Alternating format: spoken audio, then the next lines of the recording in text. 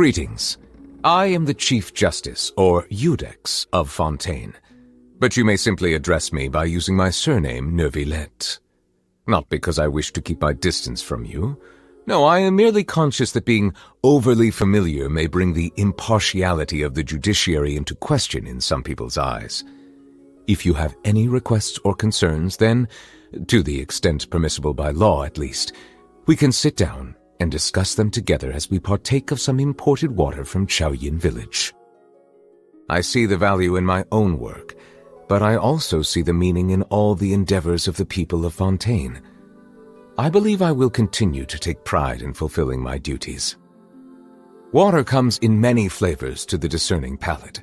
Mondstadt's water is crisp and pure, while water from Liyue has an enduring aftertaste.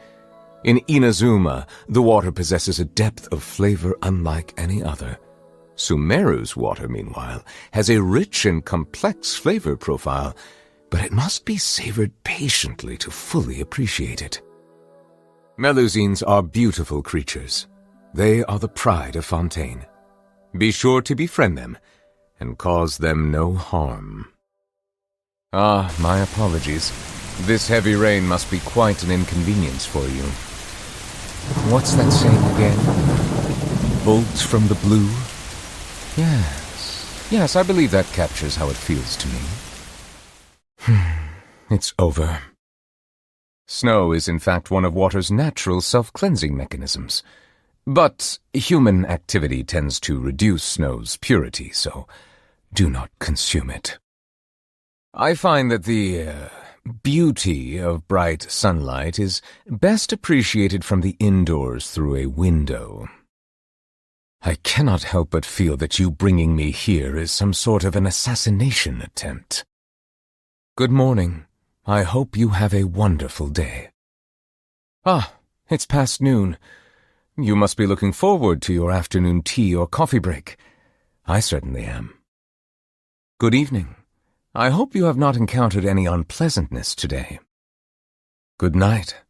I am quite fond of the image of a perfectly still body of water, and it is on this note that I would like to wish you a peaceful, undisturbed sleep. May no waves of emotional distress ripple through your dreams tonight. I am no rabid fan of trials. I preside over them only out of duty, for this is the task that has been entrusted to me. So you have heard of that local legend as well? Who told you about that? Or more pertinently, who was responsible for spreading it in the first place? Well, never mind. I don't think that the Hydro Dragon would weep per se. I think he just finds himself a little stirred when he gets a taste of the tears that have been shed on this land, on account of all of the emotions they contain. This is a topic that has been discussed ad nauseum. I don't mean to condescend to humanity, but it is quite clear to me that society's concepts of justice, fairness, equality, and rule of law are not equivalent, and never can be. Now, of course, water always seeks its own level, and it was in this spirit that the previous Hydro Archon, Egeria, hoped to achieve universal equality by connecting all things with love. Her successor chose instead to seek equality by means of the law. Ultimately, due to various external factors, this unfortunately manifested itself in the distorted form of trials for the sake of trials. Nevertheless, there are reasons for everything. I suppose I should refrain from criticizing her. Since you hail from beyond the stars, I invite you to be my witness as I judge this upended world. This realm dismantled was of the formidable Father himself, but what now reigns here is a cluster of filthy feathers. Though we live in a world of disarray, I shall undertake to restore all that has been broken. The time that I have spent living among the citizens of Fontaine and traveling with you has transformed my views. Even though before this I had pardoned the sins of humanity long ago, I can promise you that my future judgments will not cause any harm to the common folk. That being said, my grievances with the usurpers have yet to be settled. They owe a debt of blood that shall not be forgotten. I was once advised to wear a counterfeit vision so that I might more easily intervene during moments of crisis. To be quite frank, I was not enamored by this suggestion, nor the implication that one must only exercise the power that is rightfully theirs under false pretenses. With that said, however, I have developed a newfound appreciation for the value of human yearning and determination, having spent considerable time around vision-bearing humans. Excuse me? You're saying that even some members of the Seven don a counterfeit vision before mingling with their people? My apologies. I was just caught off guard by the absurdity of the situation. Fontaine does have some rather intriguing laws on its books. For instance, it is forbidden to release any flying objects during the first 3 days of each month. During the dry season, all bivalves that wash ashore belong to the Geo Archon, while all other mollusks belong to the people. No domestic pets shall be named after Furina. Tomato ketchup is to be consumed in restaurants only as a condiment, never on its own. And finally, Melusines are to be addressed using she-her pronouns, never the impersonal it-its. That last one was my personal contribution. Some days my mind wanders, and I fantasize about walking into the rain. Oh, but don't worry. My flights of fancy don't distract me from my work. The Vishaps' ancestry can be traced directly back to the Fontaine Sea, which is why they are so adept at evolution. I am reminded of an old custom that the dragons once observed. We would take a sip of our perished young brethren's blood. Whenever the tides are disrupted by the motion of the moon and stars, the water within the bodies of us hydro-organisms surges up towards our heads, reminding us that our deceased kin will soon be revived. From my observations, humans have a tendency to view themselves as being in opposition with nature. And whenever this point is raised, someone is always quick to respond by declaring that humans are in fact a part of nature like any other organism. To someone like me, however, who knows an inkling of the truth, what would be most beneficial is if human civilization and the natural world of this planet could seek ways to coexist with one another. Nothing will stop me from rendering judgment on each of the seven. As the Archon who won the authority of Geo, Deus Ori must be called to trial. If one does not wish to see us on opposite sides of a conflict, they need not worry, for I intend to stay in Fontaine for the foreseeable future, which could well mean another 400 years. As another point of consolation, even when the trial eventually takes place, it is still not a given that the judgment will lead to a physical confrontation. I shall fulfill my vow to judge all of the seven in turn, even if the sky should fall and the ground give way. As the recipient of the authority of Anemo, the god of breeze and hope must also stand trial. He spends most of his time being a harmless drunkard. Well, even so, I must meet him for myself and proceed from there. As a survivor of the dragon race who has regained my full dragonhood, I must fulfill my oaths and obligations, even if it means returning all the water in the oceans back to the heavens.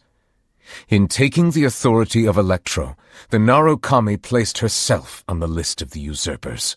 She will... Oh, you say she has isolated herself in the plane of Euthymia, and now rarely appears in public. Then I shall pay her a visit in another few centuries. Though the day will come when I put her on trial, I must commend the god of verdure on her sense of responsibility. Few things are without flaws in this world, but the devotion and benevolence she displays are a testament to her commitment to continued progress. I felt enormous regret when I learned of the mistreatment she has endured over the past 500 years. Wriothesley is a trustworthy man. I fought hard for the title and reputation he now has. I expect you to think that I've simply been duped by his flattery and appearance of loyalty, but to that I would quote the Inazuman proverb, "The words unspoken are the flower," which means some things are best left unsaid. Clorinde's peerless skills have made her the most powerful champion duelist in our nation. As a successor to the Maréchaussée hunters of old, she plays a vital role in ensuring the fairness and impartiality of the courtroom. Also, she's actually not as stoic as she might appear. Their performances are just fascinating, don't you think? They draw you into a magical world where, on one hand, everything that takes place is part of an elaborate deception, but on the other, all manner of miracles are possible if you are only willing to believe. I don't know how Sigewinne is faring these days, but if I hear so much as the whiff of a rumor that she's being bullied, I shall summon Wriothesley here and demand an explanation. She's so kind and vulnerable. She brought me some camera film the last time she visited, and asked to listen to more of my commentary on the water of Natlan. How long is it until her next vacation? Now the curtain has finally fallen on her performance. The character she portrayed was an imaginary one, yet in playing that role she fulfilled her duties. Though she is meek and full of doubt by nature, she was able to use madness to stiffen her resolve and see her duty through to its conclusion. The work that she has done over the centuries is truly immense. If she were to ever make a return to the stage, I should personally attend the performance and give her my heartfelt applause. Yes, I must do so when the opportunity arises. I regret to say that after my various interactions with her, such as when I inadvertently angered her and when I accepted her apology, and even now, in spite of the guilt I continue to feel over what happened to her father, I feel very distant from her, as if I'm observing the starry sky from the bottom of a deep lake. It is by no means intentional, and I also know it is not something that I can easily make up for. Unlike water, emotion does not settle quickly once agitated, nor is it naturally inclined towards equilibrium. I usually do my best to avoid forming personal relationships or even collaborating with others outside of established procedures. But you have shown yourself to be trustworthy, and you have no problematic entanglements with Fontaine's local factions. Therefore, I would be pleased to journey with you. This is something that I can only say in private. I could never publicly share my views on this matter. It positively baffles me that Fonta has managed to become such a popular drink. Though I suppose its appeal to humans is not beyond comprehension. One can both rehydrate and replenish blood sugar in one gulp, and at an exceptionally cheap price. I went to see an opera recently.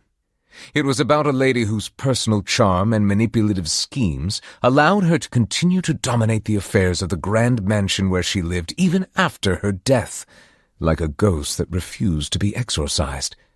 The acting was impeccable, and the story exceptional. It also reminded me of the current state of affairs in the real world. For a number of reasons, I rarely leave Fontaine. As a result, though I enjoy tasting spring water from all over the world, I always have it delivered to me here, rather than collecting it myself. And yes, subtle as the flavor differences between samples of different regions may be, I am perfectly capable of distinguishing between them. Do you still doubt me? I am the Udex. I do not lie. I have to say, my daily life is not without its inconveniences. For instance, I often find myself stepping on my robes as I sit down, or squashing my coiffure against the chair. And if I lean my head too far back, sometimes my hair even gets caught in the ornamentation. Nevertheless, I must wear these garments to maintain the dignity of a Chief Justice, and endure whatever inconveniences this entails. Incidentally, the world at large appears to operate on this general principle too. Everyone is faced with an identity that they must accept, endure, understand, and eventually learn to coexist with. This has been my experience all along. Water tasting is a rather sophisticated discipline. Pyroheated water has the standard au naturel flavor found ubiquitously in the natural world, while water boiled using charcoal has distinctly rustic notes.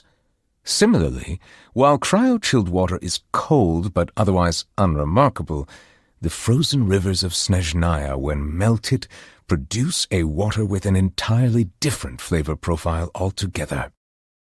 People seem to respond to the sight of a man in the rain without an umbrella as if it were some sort of strange spectacle. Animals can survive for weeks without food, but merely a few days without water. There is no dish that could ever compare to pure, unadulterated water. With that in mind, food items that contain plenty of liquid are the next best thing. How can people bring themselves to consume deep-fried foods, or grilled food with no sauce? The worst culprits, in my view, are those charcoal-baked argilenac cakes. Surely even eating a dehumidifying agent would be kinder on the stomach. Delicious. An abundance of juices, and the ingredients have been cooked to perfection. A fine effort indeed. My only advice would be to increase the liquid content and reduce the amount of fat. Too dry. A dish devoid of moisture has no way to convey the intentions of the chef. Ah, so it is your birthday. Happy birthday. I do not know if rain is in the forecast today, but let me see what I can do. I'm a little more familiar with you now. I can match your movements. Apparently, I'll have to show a little more of my true capabilities. I did not realize that you had such a penchant for getting into dangerous situations. So this is what you're truly capable of? And I shall have to get serious if I wish to catch up with you. Now that I have reclaimed one of the 7 authorities from the hands of the usurpers, I have regained my true form. I am now a fully fledged dragon, powerful enough to judge the rest of the gods. My final destiny is to judge the usurper king in the heavens above. But until that time comes, I will lend my power to you. Silence! Bow your head. Settle down! The tides beckon. Be sanctified. Let the mighty be humbled! Abandoned property belongs to whoever finds it first, so it's legally yours now. Is it what you wish to find? Hopefully the excitement of opening a treasure chest has at least made it a worthwhile experience. Let the record show that I verbally consent to relinquishing these items into your possession. Be not perturbed. I am unscathed. The risk is growing, but it poses no threat to me. There's a tear in my robe. Allow me to intervene. Take a moment to rest. When the tide comes in, I shall return. I see the temperate waters of eons past. A silence fills the air. Justice is blindsided. An oversight on my part. Thank you for inviting me to join you. The pleasure is all mine. Perhaps we could take a walk by a riverbank or somewhere similarly fluvial.